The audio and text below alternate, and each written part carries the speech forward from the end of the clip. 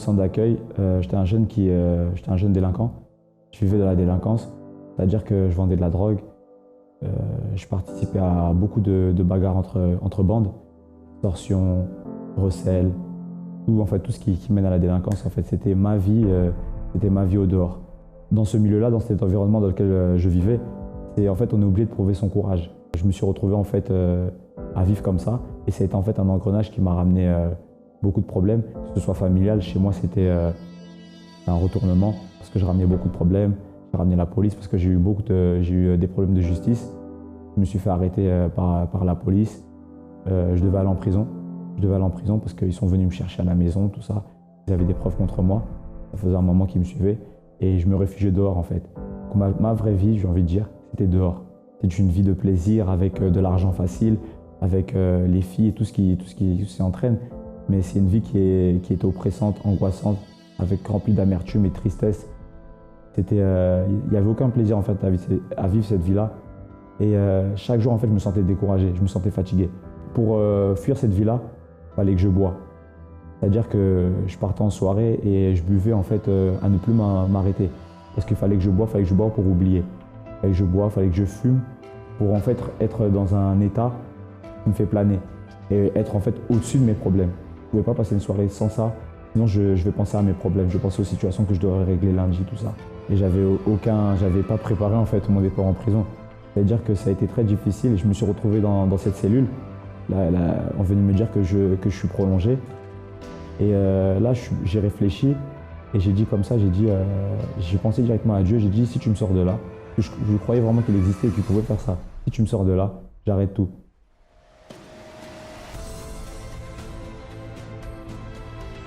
En fait, j'ai connu ce centre d'accueil, c'était proche de chez moi. Je ne le connaissais pas vraiment, mais c'est un ami à moi qui venait quand il était petit. Il m'en a parlé, qui m'a invité en fait à qu'on y aille. Donc, bon, j'avais rien à perdre. La première chose que quand j'ai commencé à m'investir, il y avait le jeune de Daniel en 2013. Et on m'avait expliqué comme ça. Si tu dis vouloir abandonner ta vie d'avant et avoir une nouvelle vie, il faut se séparer. Ensuite, il y a eu la campagne Israël. J'ai participé aussi à ma campagne Israël parce que j'avais toujours en fait ça dans la tête que pour réussir, il faut sacrifier en fait. Aujourd'hui, Jason, c'est un jeune ambitieux, un jeune qui a battu la négativité, un jeune qui a la paix, qui a laissé tout son passé derrière lui, toute la marginalité, tout ce qui faisait mon ancien moi en fait n'existe plus. Je suis une personne confiante. La relation avec ma famille, ça s'est nettement arrangé. Ça n'a rien à voir avec tout ce qui se passait avant. Ma mère parle de moi au dehors comme une référence. Parce que je sois aujourd'hui à l'église, pour elle, c'est un choc. Elle n'aurait jamais cru. En fait, je ne cherche plus en fait, à prouver quoi que ce soit. J'ai compris une chose, que j'ai rien à prouver à personne. Ma manière de penser a changé. Professionnellement, tout d'abord, déjà quand je suis arrivé, j'avais demandé en fait qu'ils puissent m'aider professionnellement. Et j'ai eu le courage et la confiance d'entamer des projets. Au jour d'aujourd'hui, je rentre dans des lieux, j'ai des rendez-vous avec des personnes que jamais j'aurais pu imaginer en fait, arriver dans ces domaines-là. J'aime beaucoup ma vie. J'aime beaucoup ma vie. Au jour d'aujourd'hui, on me dit que je souris beaucoup et je rigole pour rien. Mais en fait, c'est parce que je sais d'où je viens. Je sais d'où je viens. Auparavant, c'est pas que je souriais, mais j'avais un... Je souriais, mais à l'intérieur, je souriais pas. Mais au jour d'aujourd'hui, quand je rigole, je passe mon temps à rigoler. C'est parce que vraiment, à l'intérieur de moi, je suis tranquille avec moi-même. Une chose que je suis sûr, c'est que j'ai la paix. Le centre d'accueil, pour moi, en fait, c'est tout. C'est le lieu où, parce que je suis jeune, je veux dire, les jeunes doivent venir découvrir la foi. Parce que j'ai vu des personnes, je me suis vu moi-même changer. Et je peux dire que, bon, parce que je suis ici, mais je ne vois pas d'autres endroits, en fait, qui pourraient aider les jeunes. À vous tous, chers amis, qui êtes en ce moment connectés avec nous et qui assistez à cette émission, soyez les bienvenus. Dans notre vie, nous pouvons vivre beaucoup de choses qui finissent par laisser des marques, et pour certains, je dirais des marques indélébiles. Mais lorsque nous apprenons à vivre la foi, lorsque nous apprenons à lutter par la foi et à faire confiance en Dieu, même ce qui est considéré impossible peut devenir possible. Ce qui était considéré indélébile comme marque finit par s'effacer. C'est ce que vous allez voir tout à l'heure dans le témoignage de Giovanni. Je vous invite aussi à préparer votre verre d'eau. Tout à l'heure, nous allons prier. Vous savez, lorsque nous luttons, nous avons besoin de force. Nous allons demander à Dieu de vous donner la force de persévérer, parce qu'une grande victoire vous attend. À tout de suite. Alors moi j'étais une fille très perturbée, très réservée et remplie de la haine, agressive. Et on va dire que j'étais vraiment une fille vraiment vide en fait à l'intérieur de moi. Parce que dû au fait qu'à mon enfance, j'ai été abusée par un proche de la famille. Donc on va dire que vu que la personne en fait en question m'a donné de l'argent après m'avoir abusée, après avoir abusé de moi. Donc je me suis dit, bon, en fait, il m'a pris pour une prostituée. Et vu que je ne pouvais pas en parler avec ma famille, avec mes parents, à l'âge de 13 ans, j'ai commencé à fréquenter les garçons, par-ci, par-là, même s'il n'y avait rien entre nous. Mais en fait, on va dire que c'était mon moyen à moi de me trouver, de me trouver dans mon monde. C'était pas par plaisir que je faisais ça, mais c'était pour me venger. Mais sauf qu'en fait, ça s'est retourné contre moi parce que j'arrivais plus à dire non aux garçons. La journée, en fait, on voyait une fille forte. On voyait une fille qui souriait, une fille qui rigolait, qui tellement insolente que je peux dire qu'on pouvait croire qu'en fait, j'étais vraiment forte.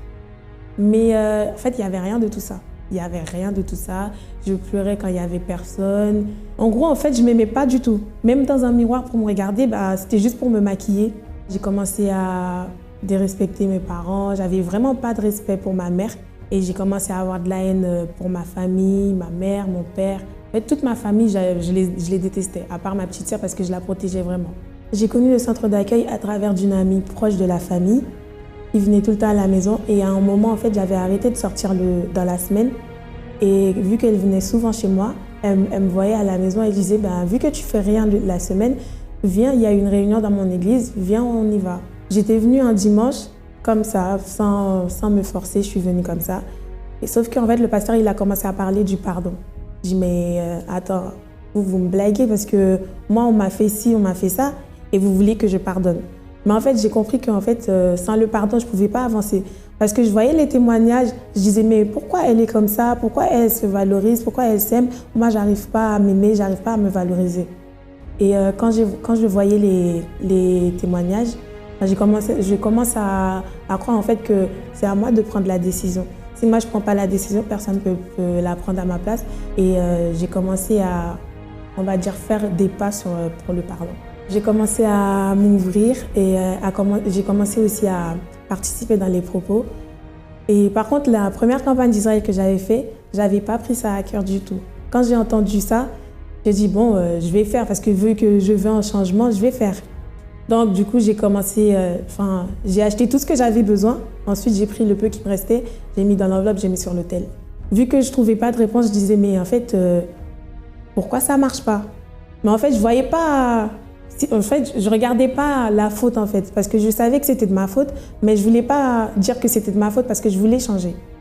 Et la deuxième campagne d'Israël, je voulais pas faire.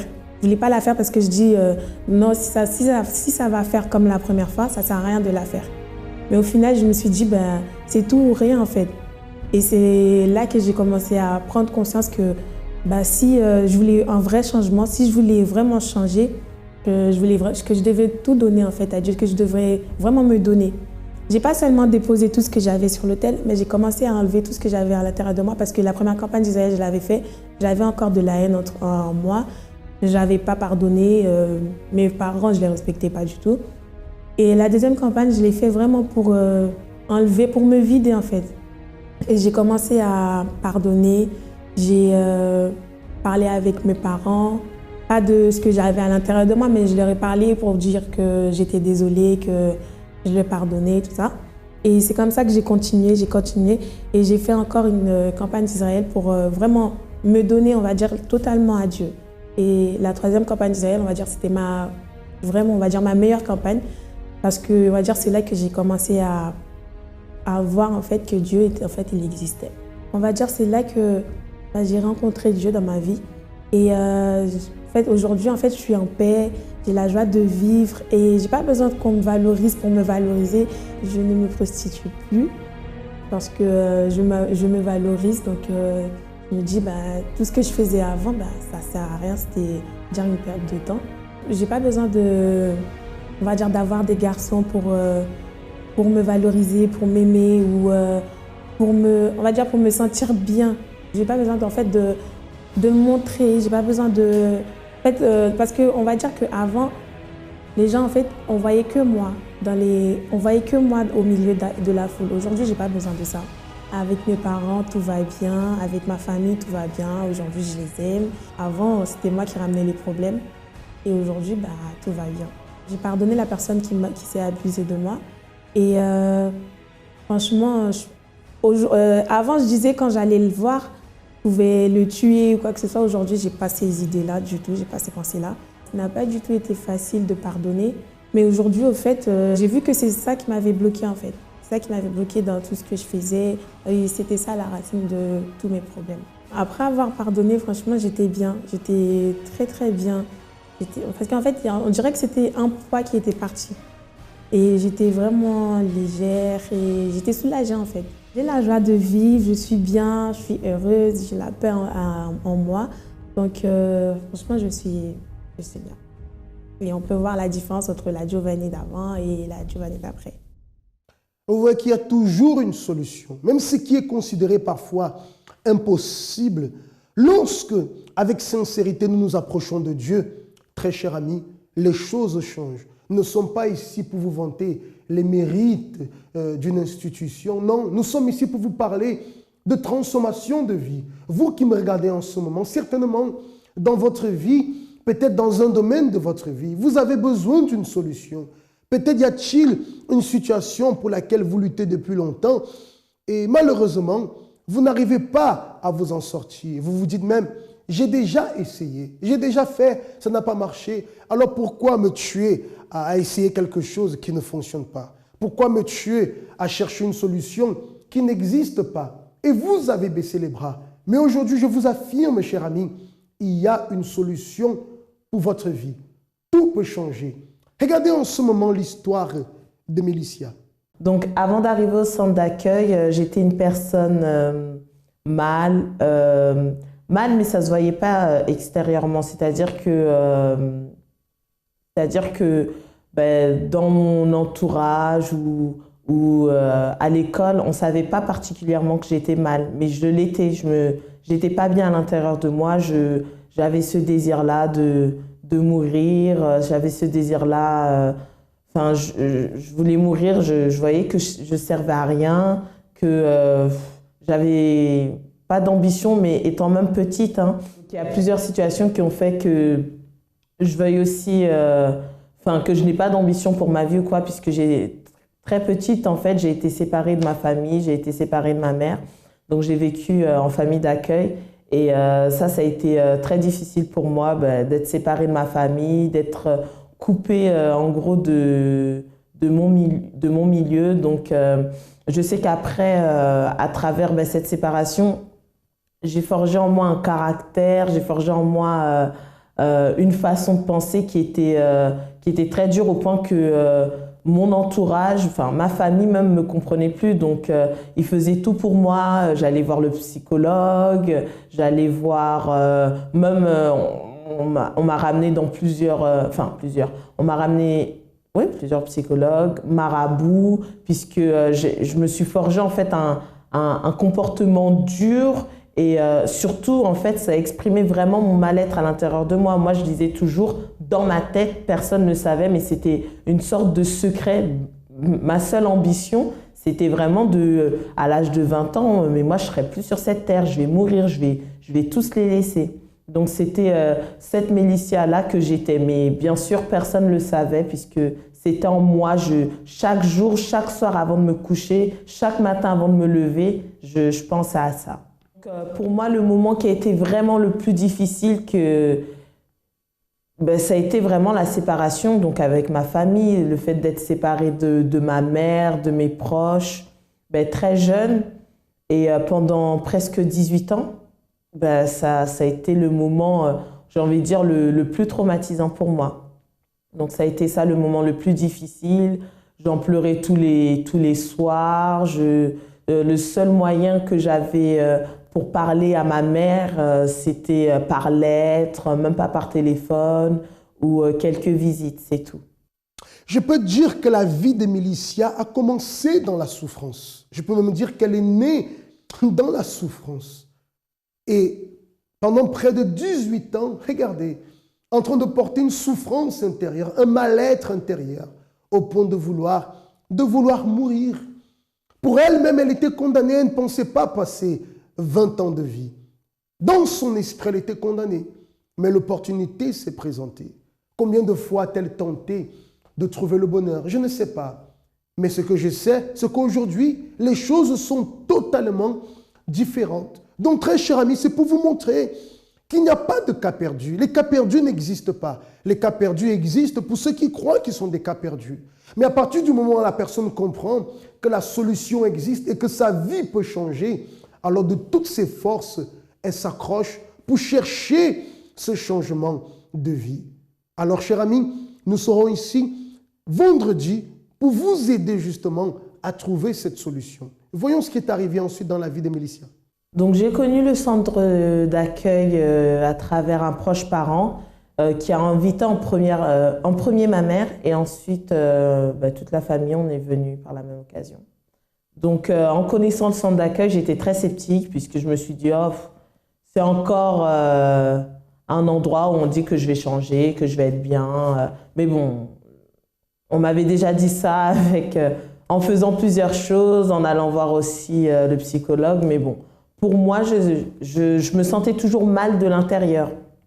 Et vraiment, c'est à travers des réunions, des prédications que en fait, il y avait vraiment des choses ça m'interpellait puisque c'était vraiment, en fait, on était en train de décrire véritablement mon mal-être. Et on me disait, en plus de le décrire, on me disait comment, en fait, arracher ça, comment, en fait, être une personne épanouie en fait de l'intérieur et l'extérieur.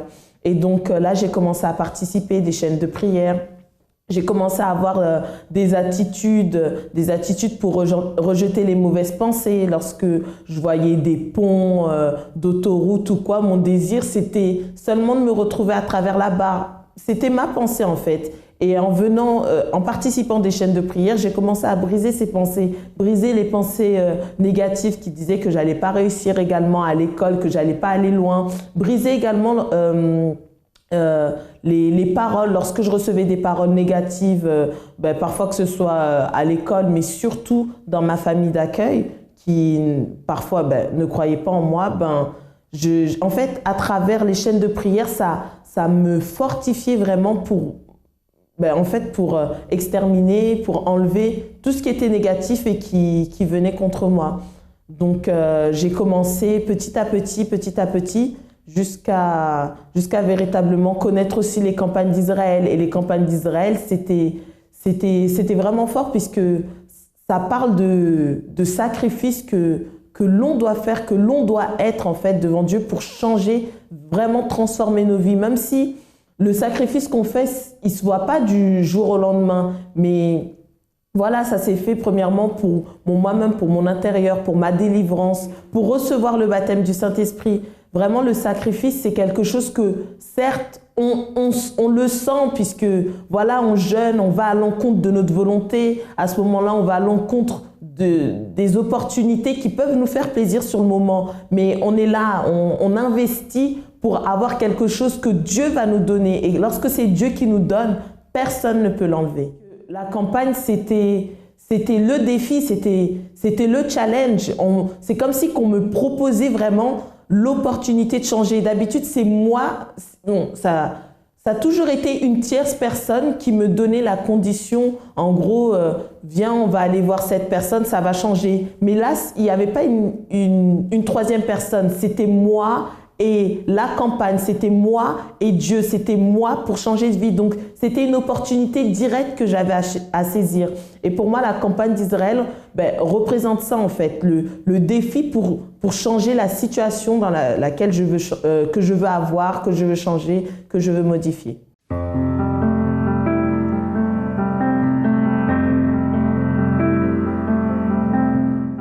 Eh bien, Mélicia aujourd'hui, c'est une personne forte intérieurement, extérieurement. En fait, moi, je considérais que comme j'avais pas eu une enfance comme les autres, c'est pour ça que je pouvais pas avoir un avenir, un futur. Mais en fait, en venant en venant au centre d'accueil, je me suis rendu compte que ça pouvait être justement ma force en fait. Ça pouvait être la raison pour laquelle je vais me battre plus. Pourquoi est-ce que je me sentirais désavantagée puisque je n'ai pas eu une enfance ou une famille comme toute personne devrait avoir. Donc aujourd'hui, j'ai pu comprendre cela et c'est vraiment grâce au centre d'accueil. Aujourd'hui, grâce à Dieu, je vis avec ma famille, ça se passe bien, on rattrape le temps perdu. Bon, même si des fois c'est... Bon, en fait, je découvre vraiment aussi la joie de vivre en famille et c'est quelque chose que, certes, je n'ai pas pu vivre cela dans mon enfance, mais je le vis maintenant et c'est une bénédiction. Le centre d'accueil, pour moi, ça représente une famille, ça représente... oui, véritablement une famille, puisqu'il y a eu des professeurs qui étaient là pour m'enseigner, pour me corriger, pour me diriger. Et véritablement, c'est une famille. Il y avait aussi également d'autres élèves comme moi, d'autres élèves pires que moi. Mais voilà, le centre d'accueil, on est une école, mais on change, on se forme à devenir meilleur, mais pas meilleur pour simplement être meilleur, meilleur pour glorifier Dieu. Tout peut changer pour vous. Nous allons faire une prière maintenant pour que Dieu vous donne la force. Vous avez besoin d'aide. Nous serons là le vendredi pour vous aider. Prions en ce moment. Prenez votre verre d'eau. Éternel notre Dieu et notre Père, que toutes les personnes qui participent avec nous de cette prière avec sincérité et qui croient et qui acceptent cette bénédiction, qu'elles soient touchées en ce moment par ton esprit. Que l'espoir qui était perdu en elles puisse renaître et que l'eau contenue dans le verre ou la bouteille qu'elles tiennent en ce moment soit bénie. Et lorsqu'elles boiront de cette eau, que ta force, mon Dieu, puisse les relever et ainsi, dans la persévérance, qu'elles puissent obtenir la victoire. Amen. Buvez cette eau en ce moment et par la foi, soyez fortifiés. Et nous vous donnons rendez-vous dans l'un de nos centres d'accueil, alors ce vendredi où nous serons là pour pouvoir vous aider. Que Dieu vous bénisse alors et à très bientôt. Alors moi, avant d'arriver au centre d'accueil, déjà j'ai vécu une enfance dans la joie et mes familles unies, dans bonne humeur. J'avais pas de problème, aucun souci. Vers mes 10 ans, 10-9 ans, mes parents se sont divorcés. Et donc là, à partir de là, ça a commencé à être chamboulé à l'intérieur de moi, dans ma tête. Je ne comprenais pas en fait comment mes parents avaient pu me faire ça en fait. C'est comme si ils avaient fait ça contre moi. Et là, j'ai commencé à me renfermer sur moi-même. J'étais devenu quelqu'un de très renfermé, de très discret, parce qu'en fait, j'avais cultivé en fait une certaine rancune envers mes parents, surtout mon père et surtout mon père. Et moi, j'ai vécu très très mal, très mal. Et donc là, je me suis dit, puisque c'est comme ça, je vais parler à plus personne. Et là, j'ai commencé à me renfermer, je sortais plus beaucoup, j'avais plus beaucoup d'amis. En grandissant, en arrivant au collège, et le fait que j'étais toujours discret dans mon coin, les gens, mes amis, les élèves qui étaient avec moi à l'école, ils ont commencé à se moquer de moi. Je restais dans mon coin, donc j'avais pas d'amis, j'avais pas de personnes sur qui m'appuyer. Donc du coup, je me retrouvais toujours seul. Et je subissais beaucoup de remarques, on se moquait de moi, de mon apparence. Au lieu de passer mon temps avec mes amis, j'étais renfermé à la maison en train de jouer aux jeux vidéo toute la journée. Comme je faisais du sport, j'ai commencé aussi à m'épanouir aussi un peu plus dans le sport. Mais ça restait que éphémère parce que c'était que au moment où j'étais sur le terrain. Quand j'étais sur le terrain, quand je jouais au foot, là je me lâchais, j'étais épanoui. Mais à partir du moment que c'était fini, je redevenais ce que j'étais. Et ensuite, voilà, j'ai eu l'opportunité de rentrer dans un centre de formation de football. Et à partir de là, je me suis dit, bon voilà, comme là-bas personne ne me connaît, je vais m'inventer une nouvelle vie. Donc là-bas, j'ai commencé à mentir. Alors là, je commençais à mentir, raconter. Je m'inventais un passé, je m'inventais une famille, je m'inventais plein de choses. Et ça s'est retourné contre moi, on va dire. Parce que en fait, il y a une personne qui était avec moi, qui m'a connu avant, qui est venue dans le même club que moi. Là, elle a commencé à dire que en fait, tout ce que je disais, c'était faux en fait. Et là, c'était vraiment la destruction. Je commençais à être dégoûté de moi-même. J'arrivais même plus à me regarder dans le miroir parce qu'en fait, tout ce que j'avais construit, comme la personne qui était venue a tout révélé, du coup, ça détruit en fait toute l'image que je m'étais faite. J'ai commencé à avoir un manque de confiance, j'avais du mal à aller vers les autres, j'avais plus d'assurance. Et puis c'est comme ça que j'ai cheminé jusqu'au moment où j'ai pu arriver au centre d'accueil.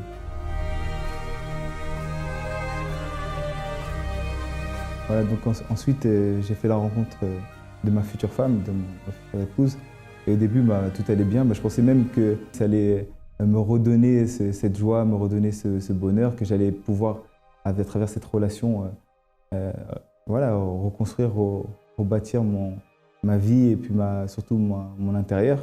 Au lieu de m'aider comme je pensais au début que ça allait faire, ça m'a détruit, ça m'a enfoncé encore plus parce que je me posais des questions, j'avais toujours des doutes, des soucis dans la tête.